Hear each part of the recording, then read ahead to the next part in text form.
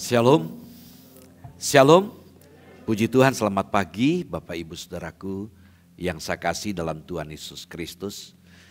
Ya, tanpa terasa kita masuk ke bulan yang ke-8, ya, yaitu bulan Agustus aku ya. Nah, tema kita satu bulan ini adalah, saudaraku, merdeka dalam Kristus. Nah, saudaraku yang saya kasih, dalam 3 kali ibadah hari ini, saya menyampaikan temanya sama, pembahasan ayatnya berbeda. Nah itu sebabnya hari ini 3 khotbah saya sajikan dengan berbeda, dengan temanya sama. Nah pagi ini hanya 2 ayat, Kolose pasal 1 ayat 13-14, hanya 2 ayat. Nanti siang Roma pasal 6 ayat 1-14, cukup panjang. Ya saudaraku, merdeka dalam Kristus. Kenapa? Setiap tahun gereja ini selalu mengambil tema disesuaikan dengan kondisi di mana bendera sudah berkibar di mana-mana, tanda kita merayakan kemerdekaan. Nah, kemerdekaan yang kita rayakan tahun ini sangat spesial ya, dengan isu abolisi dan amnesti. Ya saudaraku, teman-teman yang mengikuti berita pasti memahami itu. Ya, saudaraku yang saya kasih, ada anggapan ketika kita merdeka berarti kita bisa melakukan apa saja. Jadi ada anggapan begitu, kalau saya sudah merdeka berarti saya dapat melakukan apa saja. Kalau kita mau jujur, tidak sesungguhnya begitu. Orang yang begitu bebas akhirnya juga terperangkap, terpenjara. Artinya tidak bebas lagi. Sekali lagi saya ingin tekankan.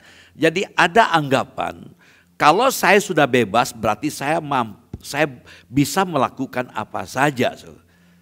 Ya, tapi kenyataannya ketika melakukan apa saja maka dia terperangkap. Kita melihat kondisi kebebasan akibat reformasi justru tambah tidak karuan, pejabat yang korupsi di penjara. Berarti pendapat ini tidaklah benar. Karena itu kita belajar dari firman Tuhan. Mari sama-sama kita baca Kolose pasal 1 ayat 13-14. 2, 3. Ia telah melepaskan kita dari kuasa kegelapan dan memindahkan kita ke dalam kerajaan anaknya yang kekasih.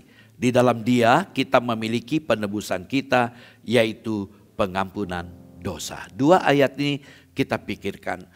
Ya, kata kerja, melepaskan, memindahkan. Ya, ini menarik untuk kita pelajari bersama-sama. Ya, saudaraku yang saya kasih dalam Tuhan Yesus Kristus, posisi manusia. Kenapa kita bicara tentang kemerdekaan? Kalau kita melihat posisi manusia yang ada di luar Kristus, mereka berada dalam kuasa kegelapan. Nanti kita akan coba detail melihat poin pertama dari kata melepaskan. Jadi posisi manusia di luar Yesus ada dalam kegelapan. Selaras dengan apa yang Tuhan katakan dalam Efesus pasal 2 ayat yang kedua. Karena kamu mentaati penguasa kerajaan angkasa, yaitu roh yang sekarang sedang bekerja di antara orang-orang durhaka. Paulus berbicara kepada jemaat yang ada di Efesus. Mereka sudah Kristen. Lalu Paulus menjelaskan dulu mereka mati. Kalau kita melihat secara utuh dalam Efesus pasal 2 ayat 1. Dulu mereka mati oleh karena pelanggaran, oleh karena dosa mereka. Nah, kenapa mereka mati? Mereka ada di bawah kekuasaan, dikatakan penguasa kerajaan angkasa, yaitu tidak lain adalah iblis. Jadi orang-orang yang di luar Tuhan ada dalam kondisi seperti itu. Ada kuasa kegelapan yang menguasai. Mengapa orang-orang yang di luar Kristus sulit untuk memahami apa yang Tuhan ajarkan?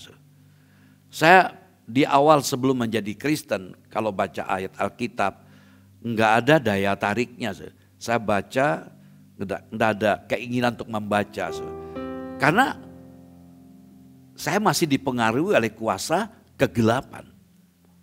Mengapa Paulus juga berkata di dalam ayat yang lain bahwa manusia itu digelapkan oleh ilah zaman. Jadi manusia itu dibutakan oleh karena ilah zaman. Siapa ilah zaman? Itu juga kata ganti dengan istilah setan atau iblis. Nah, jadi dari ayat ini kita bisa melihat bahwa posisi manusia itu di luar Kristus itu ada dalam kuasa kegelapan. Nah, sekarang kita akan belajar hari ini. Ya, kita sudah ada dalam Kristus, berarti kita tidak lagi dalam kuasa kegelapan. Nah, untuk itulah kita akan belajar apa sih arti kemerdekaan di dalam Kristus. Nah, ini coba kita pikirkan bersama-sama. Pertama, kita telah dilepaskan dari kuasa kegelapan. Tadi dikatakan bahwa kuasa kegelapan yang membackup, yang menguasai setiap orang-orang di luar Kristus. Nah, untuk itulah Yesus datang. Yesus datang untuk melepaskan kita dari kuasa kegelapan. Nah, kata melepaskan dari kata romai itu artinya memerdekakan atau membebaskan. Jadi ketika kita ada dalam Tuhan, kalau kita bicara tentang konsep penebusan dalam ilmu teologi, ya konsep penebusan, seorang itu ditebus. Ya, ada 3 kata penebusan, yaitu kata aguraso, lalu kata ex aguraso, yang ketiga kata lutru. Nah, ketiga kata ini memiliki makna apa? Yesus mati di salib untuk menebus, membayar. Ya, tidak membayar ke setan, tidak. Tuhan tidak berhutang pada setan. Membayar karena apa? Murkanya Allah itu. Kalau manusia dalam kuasa kegelapan, konsekuensinya dimurkai oleh Allah, neraka tempatnya. Nah, untuk menggantikan itu Yesus mati, menebus kita. Sehingga kita itu bebas dari kuasa kegelapan. Dan bukan hanya dibebaskan dari kuasa kegelapan, kita dikeluarkan, dilepaskan. Mengapa kata gereja dari kata eklesia? Eklesia dari kata ex dan kalio. Ex itu di luar, kalio itu dipanggil. Dipanggil keluar. Jadi orang-orang yang di luar Kristus karena ditebus oleh Yesus, dia percaya kepada Yesus, dikeluarkan, dilepaskan. Ada suatu eklesia, itu namanya persekutuan. Ya, di dalam gereja, mungkin kalau kita konteksnya di situ. Ini sesuatu yang menarik. Dan lutro itu memiliki arti ada jaminan bahwa ketika kita ada dalam genggaman Tuhan, tidak ada seorang pun yang dapat merebut kita. Dan itulah makna melepaskan. Mari saudara, kita akan belajar hari ini. Ketika kita menyadari kita bukan lagi di bawah kekuasaan kegelapan. Dan apa pengaruhnya bagi kita. Ketika kita tahu bahwa saya sudah dilepaskan dari kuasa kegelapan, maka otomatislah ada kerinduan dalam diri kita untuk tidak lagi hidup dalam perbuatan dosa atau perbudakan dosa. Kita tidak lagi ada di bawah kuasa kegelapan. Kuasa kegelapan itu bekerja sehingga tanpa kita sadari kita diperbudak dengan dosa. Nah, saudaraku yang saya kasih, ini berarti kita punya tanggung jawab. Ya, tanggung jawab atas diri kita karena kita sudah dilepaskan. Kita punya tanggung jawab, kita sudah dilepaskan. Dan tidak boleh lagi kita mencari alasan atau kita berdalih. Oh, karena iblislah aku berdosa. Kerap kali kan kita mendengarkan itu. Selalu yang dikambing hitamkan adalah setan-setan. Kita pahami. Ya, natur kita sebagai manusia memang pendosa. Dan pendosa itu sudah dilepaskan oleh karena kematian Yesus untuk kita yang percaya. Tapi kita jujur, kita akui bahwa kita masih punya daging, hidup kedagingan kita. Ya, nah daging ini yang seringkali menggoda kita untuk mengikuti. Karena itu seringkali kita tidak sadar kalau kita sudah dilepaskan. Nah, untuk memahami hal ini, sebagai contoh sederhana, kerap kali ada orang sudah menikah, tapi terkadang dia lupa kalau dirinya sudah menikah. Nah, ini payah sekali kan?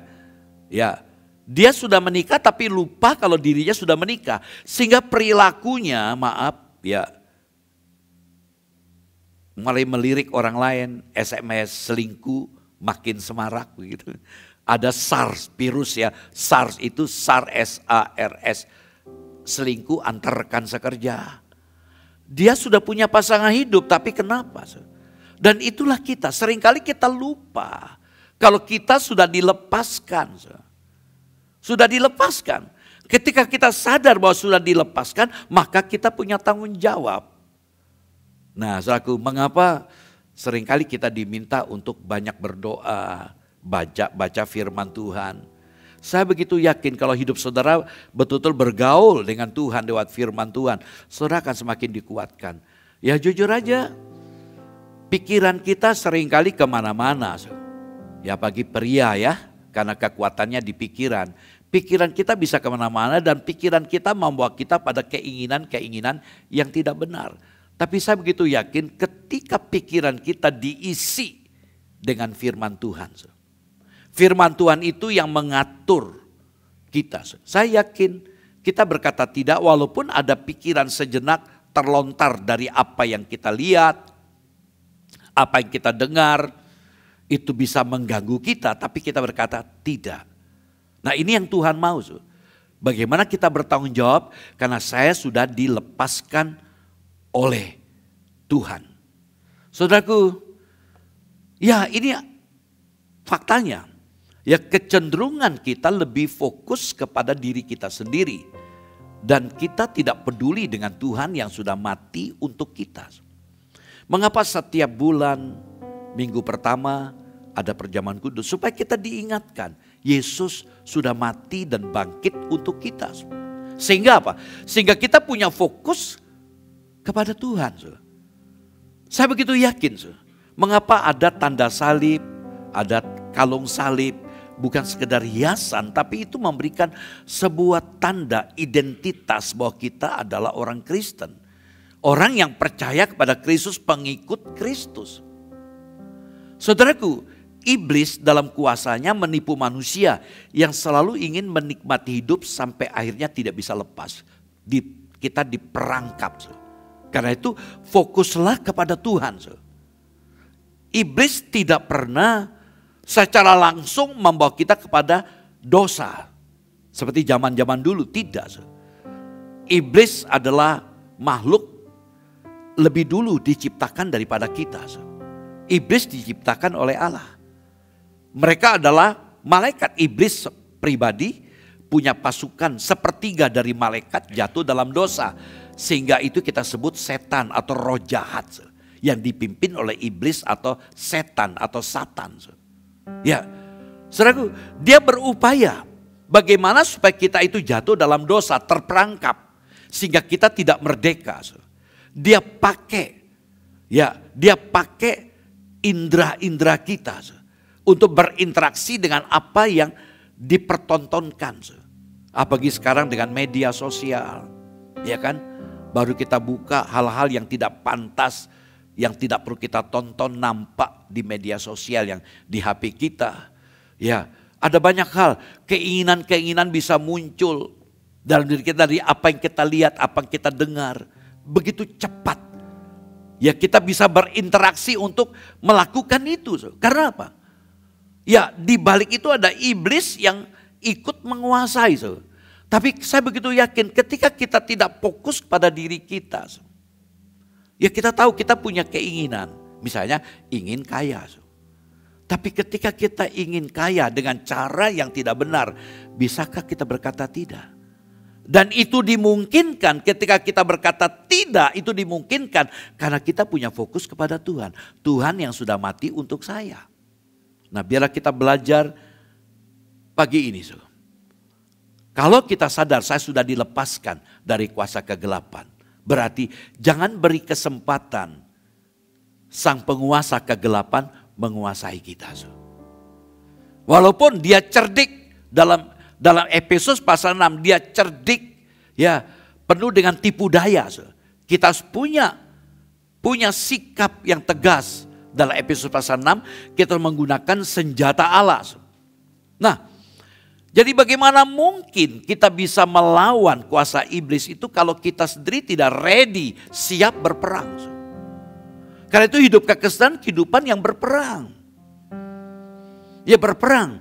Bagaimana? Kita dilengkapi oleh kuasa Tuhan. Hubungan pribadi saudara dengan Tuhan sangat menentukan. Karena itu Bapak Ibu Saudaraku, sebuah ajakan. Bangunlah hubungan secara pribadi setiap hari di rumah. Ya saat teduh baca Alkitab. Bapak Ibu yang mungkin belum punya anak, semua suami istri baca Alkitab barengan, sharing barengan. Itu lebih indah. Ya, supaya betul-betul menghidupi kehidupan kekristenan kita. Ini poin yang pertama. Yang kedua, kita telah dipindahkan ke dalam kerajaan Kristus. Dalam ayat 13 tadi, perhatikan kata memindahkan dari kata matestesen. Secara harafiah itu dimukimkan kembali atau direlokasi, dipindahkan. Tadi kita poin pertama kan, dilepaskan dari kuasa. Jadi kita ada dalam kuasa kegelapan. Saya kembali ulang dari kata agorasu. Agorasu itu istilah Yunani, itu istilah untuk pasar. Membayar, membeli. Jadi kita ada di pasar dosa. Yesus mati di salib, bagi siapa yang ada di pasar dosa, percaya kepada Yesus yang sudah mati untuk dirinya, maka dia akan dilepaskan, dipindahkan. Dipindahkan. Dalam sebuah komunitas, yaitu di bawah kekuasaan Kristus sendiri. Jadi kita ada di bawah pimpinan. Mengapa kekristenan ini? Kita harus paham kita ada di dalam kerajaan Allah. Begitu banyak murid-murid salah paham tentang kehadiran Yesus. Mereka berpikir Yesus datang untuk menjadi raja dalam pemerintahan politik begitu. Ya, Yesus berkali-kali katakan, ya kerajaan Allah sudah dekat. Ya, artinya Yesus datang untuk menjadi raja. Ya, sebagai raja. Ya, dalam kerajaan Allah. Nah, berarti kita perlu tunduk dalam segala aturan kerajaannya itu. Kita ada dalam kerajaan Allah, kita dipindahkan. Kalau kita melihat dalam Yohanes pasal 5 ayat 24. Ketika kita percaya, saya ambil sepenggal aja ayatnya. Ketika kita percaya dan mendengarkan firman. Maka kita tidak dihukum. Itu janji Tuhan. Kalau kita percaya kepada Yesus, maka kita tidak dihukum. Ya, dikatakan kita dipindahkan dari dalam maut ke dalam hidup. Kita memiliki hidup. Kata hidup dari kata zoe. Bahasa Yunani zoe itu hidup yang punya nilai, hidup kekal. Dalam bahasa Yunani kata hidup paling tidak kita temukan dua. Bios dan zoe. Dari kata bios muncullah bioskop. Bioskop. Bioskop itu menyiratkan gambar hidup. Sesungguhnya tidak ada kehidupan, cuma gambar tapi ada kehidupan, terkesan begitu. Ya sehingga kita lihat, oh itu orang ini siapa namanya kita tahu karena dia tampil seperti dia ada di depan kita. Itu bios. Tapi kata zoe lebih dari bios. Kita tahu Adam. Adam, Tuhan katakan pada Adam dan Hawa, ketika kamu makan buah ini, pengetahuan yang baik dan jahat, engkau akan mati. Tapi apa yang terjadi? Ketika Adam dan Hawa makan buah itu, secara fisik dia tidak mati. Dia tetap hidup. Namun saya katakan dia hidup secara bios. Dia hidup sesungguhnya dia mati. Artinya mati secara rohani. Nah, untuk itulah Yesus datang. Yesus datang untuk menebus karena kita keturunan Adam. Kita semua mati akibat dosa kita. Saudaraku yang saya kasih, ini hal yang menarik yang perlu kita pahami di sini. Kita dipindahkan. Ya, dilepaskan, dipindahkan. 1 Petrus 2 ayat 9. Tetapi kamulah bangsa yang terpilih, imamat yang rajani, bangsa yang kudus, umat kepunyaan Allah sendiri, supaya kamu memberitakan perbuatan-perbuatan yang besar dari Dia yang telah memanggil kamu keluar dari kegelapan kepada terangnya yang ajaib. Dikatakan di sini Rasul Petrus menjelaskan tentang status orang-orang Kristen. Saat Petrus menulis surat ini, mereka sedang ada dalam aniaya. Nah, Petrus mengutip ayat dalam Taurat, Perjanjian Lama. Menjelaskan untuk kepada kita, kamulah bangsa yang terpilih. Imamat yang rajani. Imamat itu imam. Nah, di zaman Israel, mereka bertumpu kepada imam. Jadi apapun masalah mereka serahkan pada imam. Sekarang kita dalam Tuhan, kita semua adalah imam-imam. Artinya kita bisa datang secara pribadi langsung kepada Tuhan. Siapapun Bapak Ibu. Kita bisa secara pribadi berdoa datang kepada Tuhan. Dikatakan umat yang kudus, artinya umat yang dipisahkan. Yang dispesialkan, yang diperuntukkan bagi Tuhan. Saudaraku, bahkan dipertajam umat kepunyaan Allah. Nah, intinya apa? Kita punya status sebagai umat pilihan. Nah, tujuannya apa? Dikatakan memberitakan perbuatan-perbuatan yang besar dari Dia.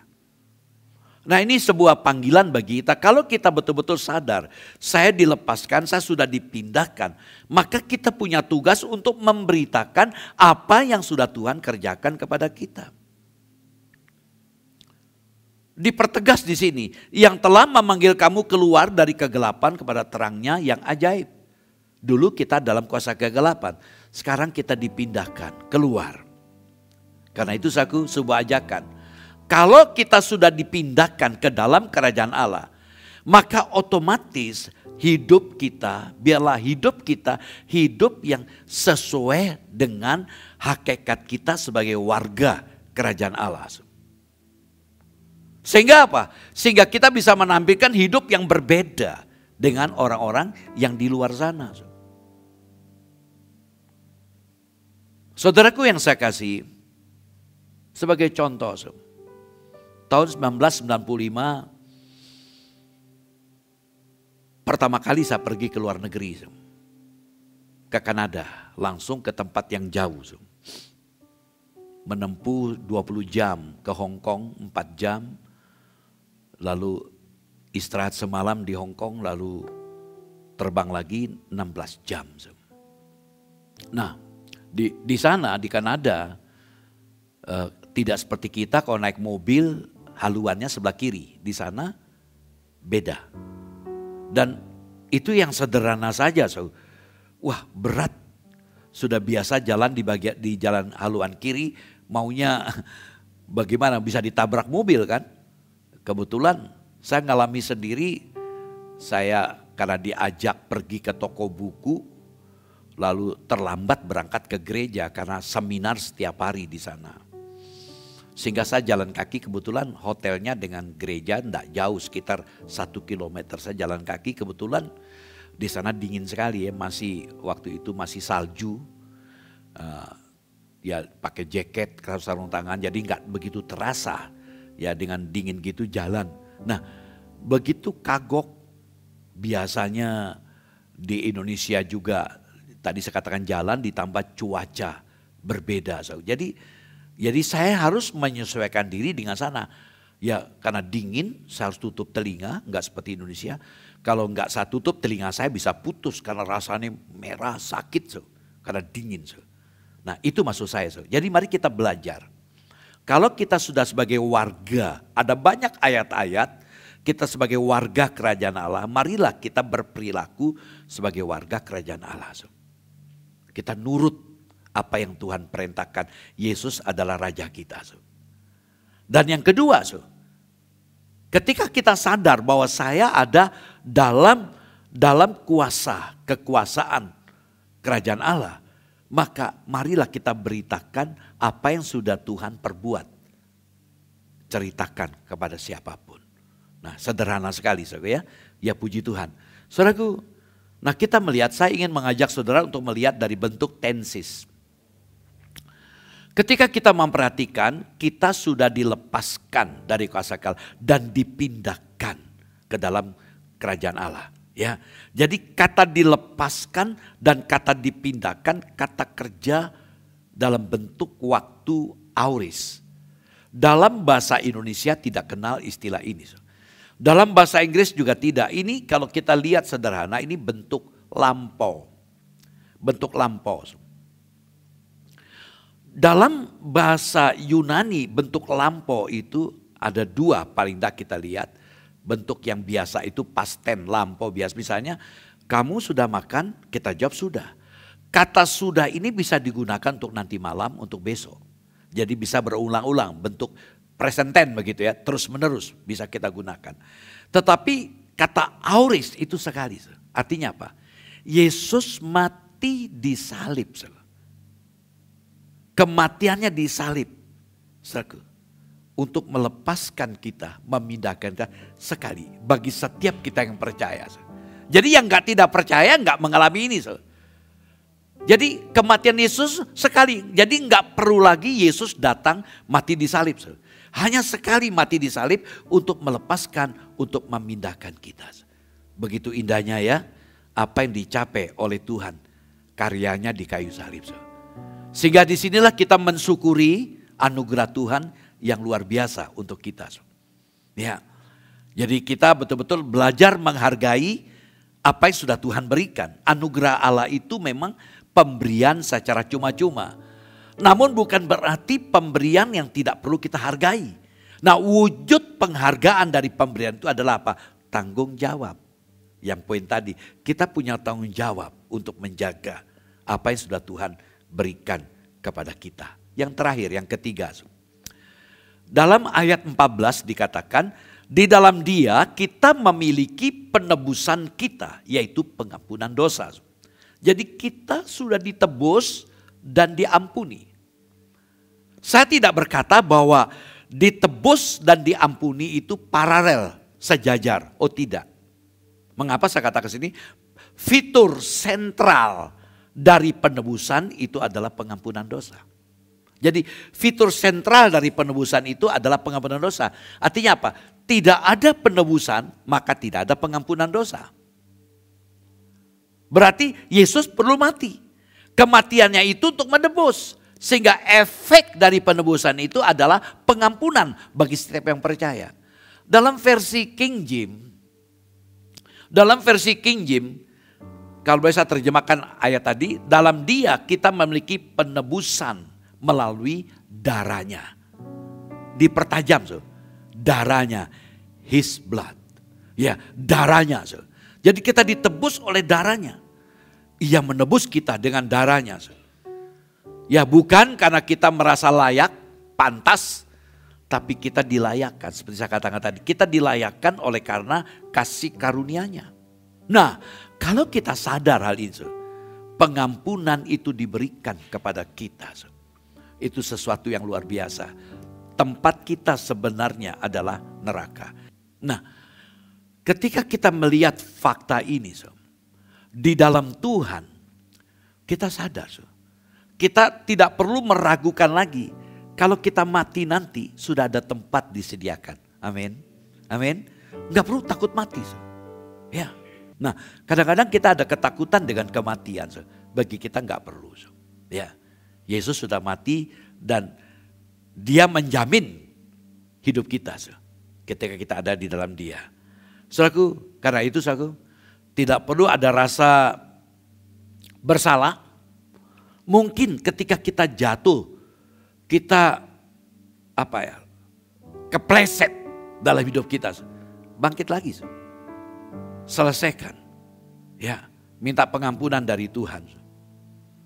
Dan ini hal yang menarik, ketika kita sadar juga bahwa kita mungkin disakiti oleh orang lain, ayo perlakukanlah orang lain sebagaimana Yesus lakukan untuk kita.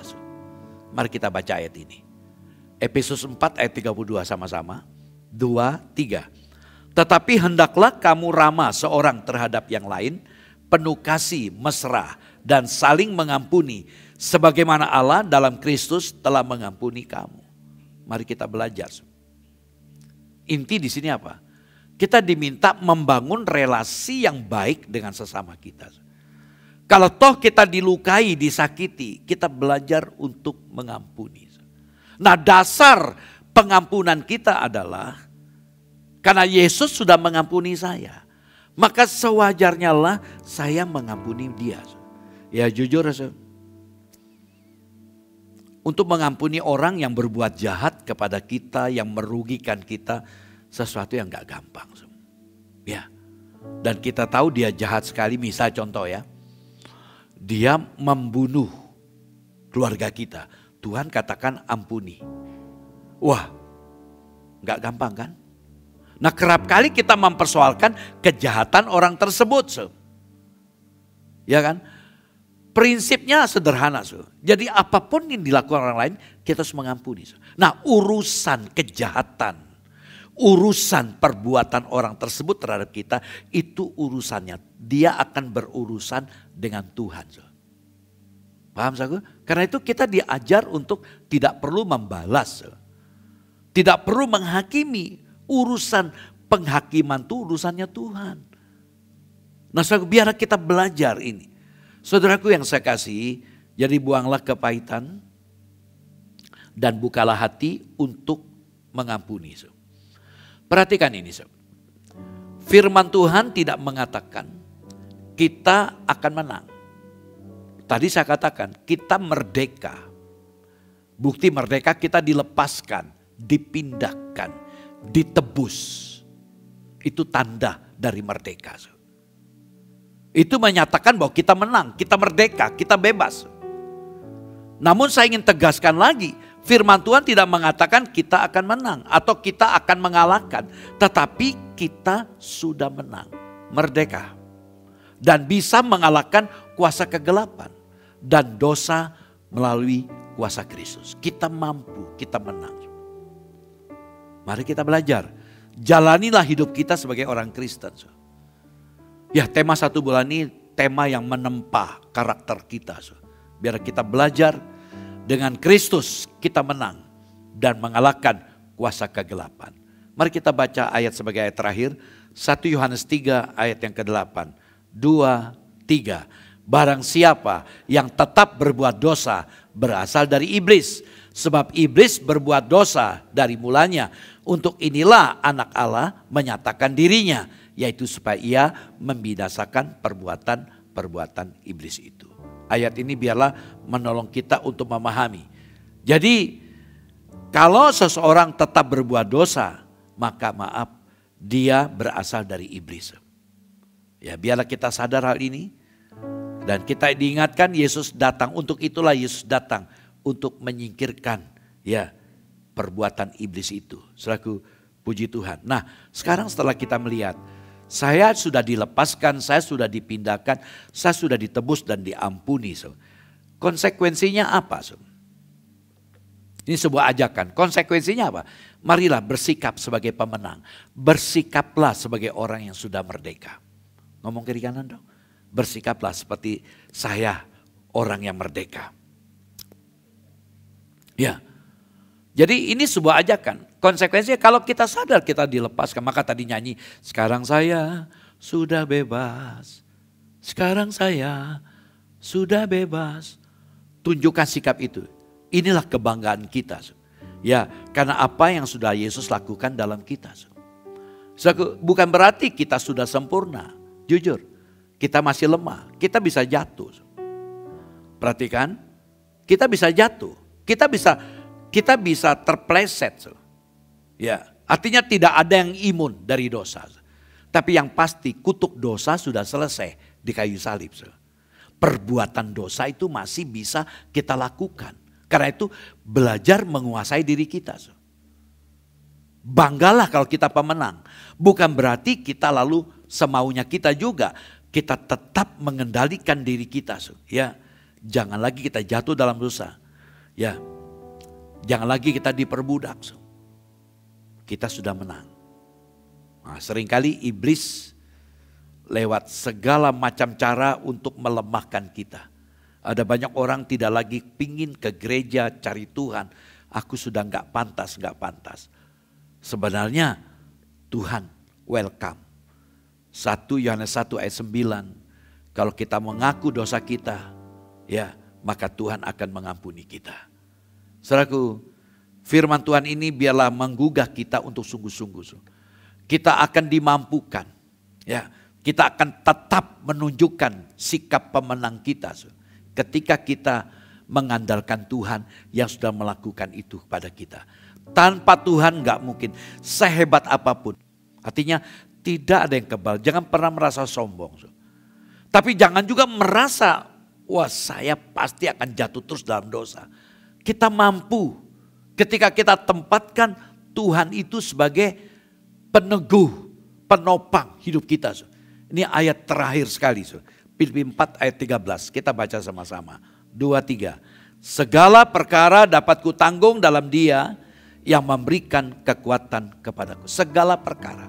Artinya tidak ada satu perkara pun yang tidak ditanggung oleh Tuhan.